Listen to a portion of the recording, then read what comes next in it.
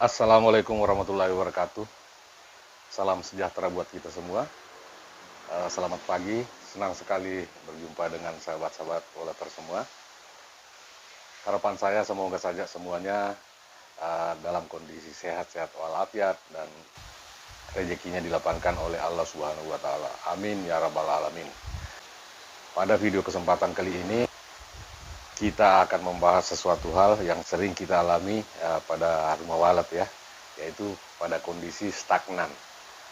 Karena selama ini banyak sekali keluhan-keluhan dari teman-teman semua, terutama daripada subscriber saya, yang mengatakan bahwa kondisi RBW-nya sudah berjalan bagus, tiba-tiba saja perkembangannya lambat, dan bahkan tidak berjalan lagi, artinya mandek, seperti itu sahabat Wolater ya.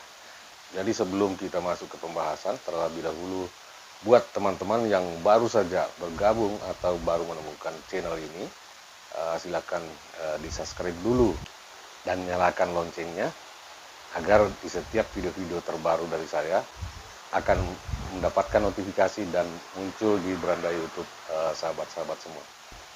Oke, terima kasih sudah mengklik video ini dan sudah mensubscribe daripada channel ini. Dan langsung saja kita masuk ke pembahasannya.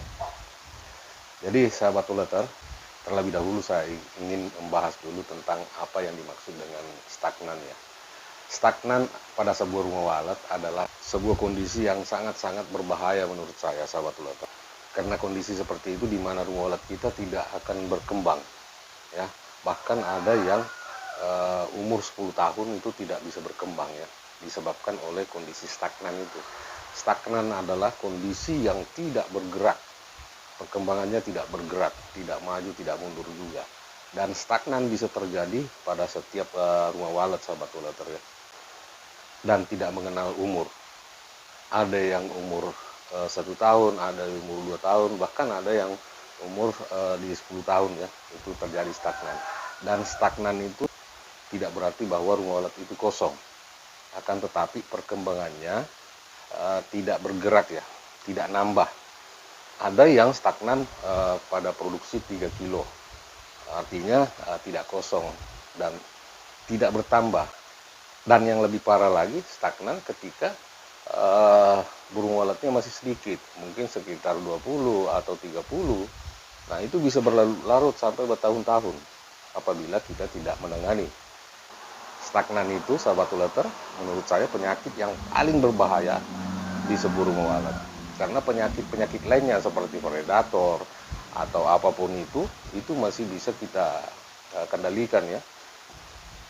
Seperti contoh temperaturnya terlalu panas, itu masih bisa kita atasi. Namun ketika stagnan ini terjadi pada RBW kita, itu sangat-sangat sulit sekali untuk memulihkan kembali. Karena rumah walet stagnan itu biasanya burung walet yang ada di dalamnya itu bisa jadi karena trauma ya, pernah diserang predator misalnya, atau perkembangan rumah walet di sekeliling kita semakin marak, semakin ketat persaingannya. Artinya fasilitas orang punya kemungkinan lebih baik daripada kita punya fasilitas. Jadi burung walet itu lebih cenderung untuk berpindah di rumah walet orang, terutama anak-anak walet kita yang selama ini banyak keluar tapi tidak kembali. Nah, penyebabnya mungkin seperti itu sahabat Wolater. Yaitu.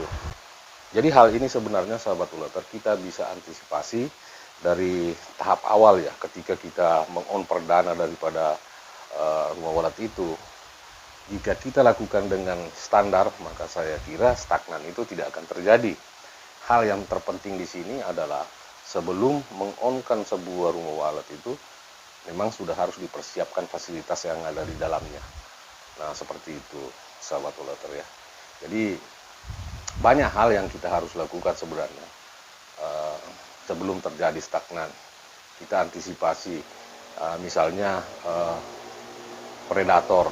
Ya, kita usahakan jangan sampai rumah walet kita itu diserang predator dengan melakukan pembersihan sekeliling RBW itu. Begitu juga kondisi internalnya dibersihkan dari hama dan lain-lain sebagainya, sehingga burung walet itu akan betah untuk tinggal di RBW kita Nah, akan tetapi kalau misalnya kita lengah dalam hal ini, maka yang terjadi adalah seperti yang saya bilang tadi, kemungkinan burung walet yang ada di rumah walet kita cenderung untuk berpindah ke tempat RBW yang fasilitasnya lebih memadai, seperti itu sahabat waleter.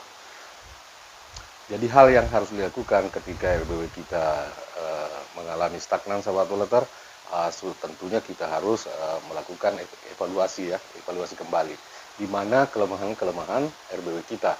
Ya, kemungkinan saja dari temperaturnya, ya, suhu yang ada dalam ruangan itu, terus yang kedua adanya predator yang sering menyerang secara tiba-tiba, misalnya burung hantu. Terus yang ketiga disebabkan oleh persaingan yang ada di luar sana, ya. Namun hal itu tidak bisa dihindari sahabat waleter, karena investasi dalam dunia walet ini sahabat waleter memang menjanjikan. Jadi banyak sekali orang yang tertarik dengan budidaya ini. Akhirnya perkembangan rumah walet lebih pesat daripada perkembangan populasi yang ada di satu wilayah, seperti itu sahabat waleter. Namun kita tidak boleh putus asa, banyak hal yang kita harus lakukan. Seperti yang saya katakan tadi, selalu memperhatikan kondisi RBW kita, ya, selalu melakukan antisipasi jangan sampai ada serangan-serangan predator. Nah, karena apabila sudah terjadi lalu kita melakukan renovasi atau apapun itu, saya kira tingkat trauma daripada burung walet itu sangat tinggi, membutuhkan waktu yang sangat lama sahabat waleter. Jadi kita sudah kalah waktu lagi. Nah, jadi sebelum terjadi kita lakukan antisipasi. Dan hal lain, untuk teman yang baru mau membangun rumah walet atau baru saja mengontkan rumah waletnya, ini hal yang harus diperhatikan. Penyakit yang paling parah menurut saya ini adalah stagnan. Karena stagnan itu bisa sampai puluhan tahun tidak berkembang sahabat waleter. Kita bisa membuktikan di lapangan itu. Dan juga banyak yang saya temui di binaan saya itu bahkan puluhan tahun itu. Perkembangannya cuma begitu-begitu aja.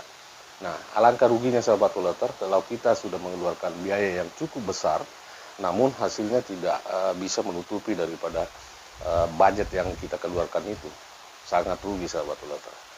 Ya, oke sahabat waleter, mungkin ini aja yang bisa saya sampaikan di sini. Mudah-mudahan video ini bisa memberikan manfaat buat teman-teman semua, dan saya selalu berharap agar semua petani walet yang ada di Indonesia, begitu juga teman-teman di negara lain, agar semuanya bisa berhasil dan sukses.